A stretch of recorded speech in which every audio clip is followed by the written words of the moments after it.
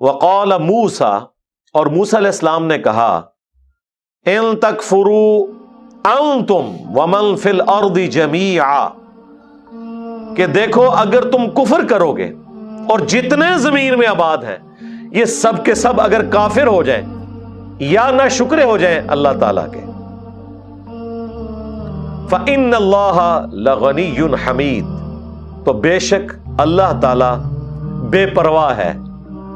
اور ساری تعریفوں کا مستحق پھر بھی وہی رہے گا۔ یعنی اللہ تعالیٰ کا کفر اختیار کرنا یا اس کی ناشکری کرنا، اس سے اللہ کو کوئی ٹینشن نہیں ہے، کیونکہ آیا تھا نا کہ تمہارے رب نے یہ بات طے کر دی ہے، اس نے اعلان کیا ہے کہ شکر کرو گے تو اور دوں گا اور اگر کفر کرو گے تو عذاب آئے گا۔ کسی کو یہ وہم آ سکتا ہے کہ کفر کرنے سے کوئی اللہ تعالیٰ کا کوئی نعوذ باللہ نقصان ہو جاتا ہے یا اسے کوئی ٹینشن ہو جاتی ہے، تو وہ اللہ نے کلیئر کر دیا موسیٰ علیہ السلام کی مبارک زبان سے، ان تکفروا انتم ومن فی الارض جمیعا، تم کفر کرو یا زمین پہ آباد ساری مخلوقات اللہ تعالیٰ کی ناشکری ہو جائے، یہ بفرض محال ہے، تو اللہ تعالیٰ کو کوئی فرق نہیں پڑے گا، وہ بے پرواہ ہے، تمام تعریفیں پھر بھی اسی کے لیے ہوں گی۔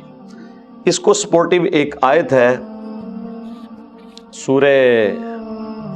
المؤمن کے اندر، سٹارٹ کے اندر، جسے ہم سورہ غافر بھی کہتے ہیں، سورت نمبر 40 ہے، اس میں مسئلہ تقدیر بھی اللہ تعالیٰ نے اس حوالے سے کلیئر کر دی ہے، اور نہیں، سورہ الزمر سورت نمبر 39 اس کے سٹارٹ میں ہے،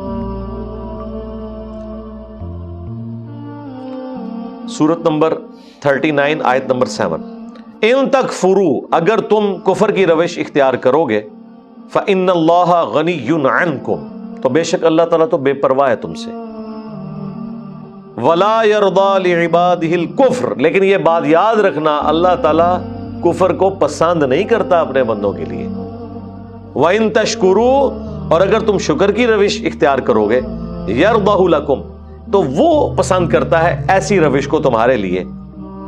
وَلَا تَزِرُ وَازِرَةٌ وِزْرَ أُخْرَى، اور قیامت کے دن کوئی بھی بوجھ اٹھانے والی جان کسی دوسرے کا بوجھ نہیں اٹھائے گی، ثُمَّ إِلَىٰ رَبِّكُمْ،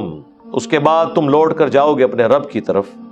مرجعکم، اسی کی طرف تمہیں لوٹنا ہے، فَيُنَبِّئُكُمْ بِمَا كُنتُمْ تَعْمَلُونَ، تو وہ تمہیں خبر دے دے گا جو کچھ تم دنیا میں اعمال کیا کرتے تھے،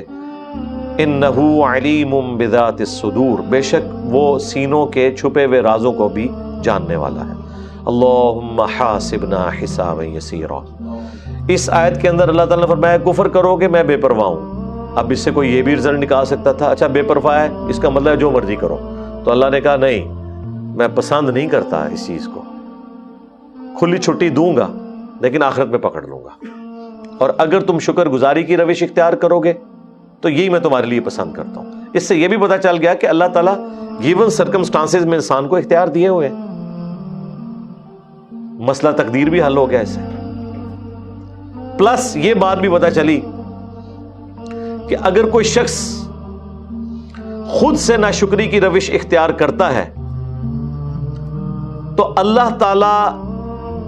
کی ڈیوائن مور اس کے اوپر لگ جائے گی، جو اللہ نے اس کے لیے فیصلہ کرنا ہے وہ پھر ٹلنے والا نہیں ہے، کیونکہ اس نے خود اپنے لیے جہنم کمائی ہے۔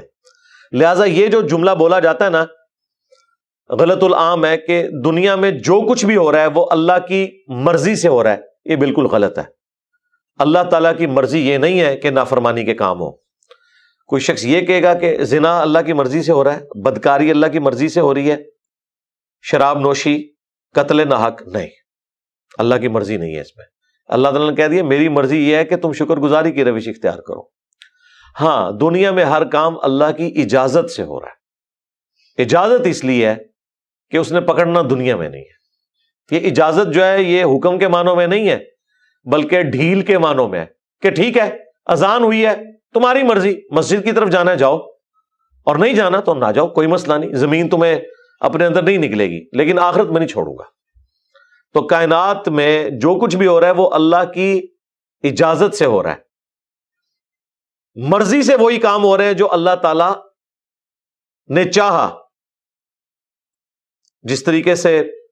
آپ یہ دیکھیں زمین و آسمان کی جتنی مخلوقات ہیں جنہیں اختیار نہیں دیا گیا، ان کے بارے میں سورہ حامی میں سجدہ میں ہے